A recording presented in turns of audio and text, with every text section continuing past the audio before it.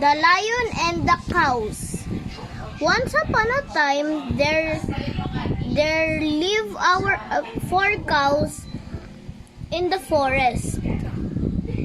Every day they used to graze together in a particular spot.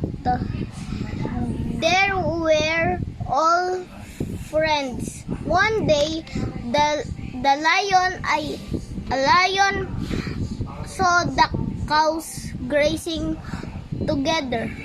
The lion wanted to eat, so he went to catch them.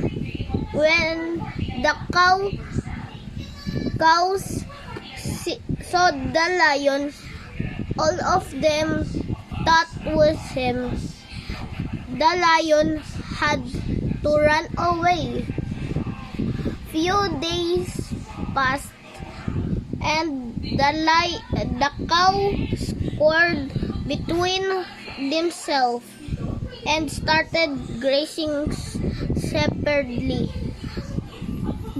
One by one, the lion killed all of them.